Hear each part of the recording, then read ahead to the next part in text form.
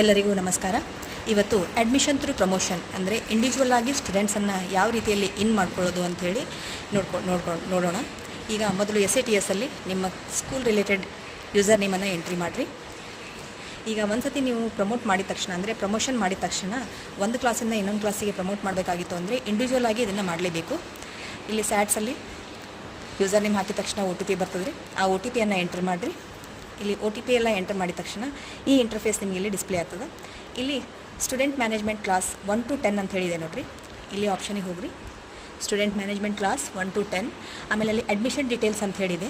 Admission details ಆದ ತಕ್ಷಣ ಅಲ್ಲಿ ಅಡ್ಮಿಷನ್ ಥ್ರೂ ಪ್ರಮೋಷನ್ ಅಂತ ಹೇಳಿದೆ ನೋಡಿರಿ. ಆ ಅಡ್ಮಿಷನ್ ಥ್ರೂ ಪ್ರಮೋಷನ್ ಮೇಲೆ ಕ್ಲಿಕ್ ಮಾಡಿದರೆ ಈ ಇಂಟರ್ಫೇಸ್ ನಿಮಗೆ ಅಲ್ಲಿ ಡಿಸ್ಪ್ಲೇ ಆಗ್ತದೆ ರೀ. ಇದು ಅಲ್ಲಿ ಬಂದ ತಕ್ಷಣ ಇಲ್ಲಿ ನಿಮಗಲ್ಲಿ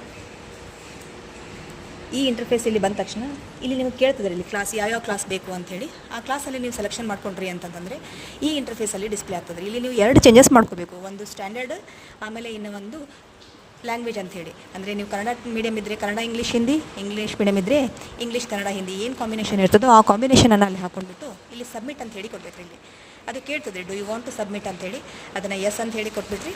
ಅದು ಈ ರೀತಿಯಾಗಿ ಬಂದುಬಿಡ್ತದೆ ರೀ. ಅಂದರೆ ಆ ಪರ್ಟಿಕ್ಯುಲರ್ ಸ್ಟೂಡೆಂಟ್ ಎನ್ರೋಲ್ಡ್ ಸಕ್ಸಸ್ಫುಲ್ಲಿ ಅಂಥೇಳಿ ಬಂದುಬಿಡ್ತದೆ ರೀ. ಈ ಟೈಪ್ ಆಯಿತು ಅಂತಂದರೆ ಆ ಪರ್ಟಿಕ್ಯುಲರ್ ಸ್ಟೂಡೆಂಟ್ಸ್ ನಿಮ್ಮಲ್ಲಿ ಎನ್ರೋಲ್ ಆಗಿದ್ದಾಳೆ ಅಂಥೇಳಿ ಅರ್ಥ.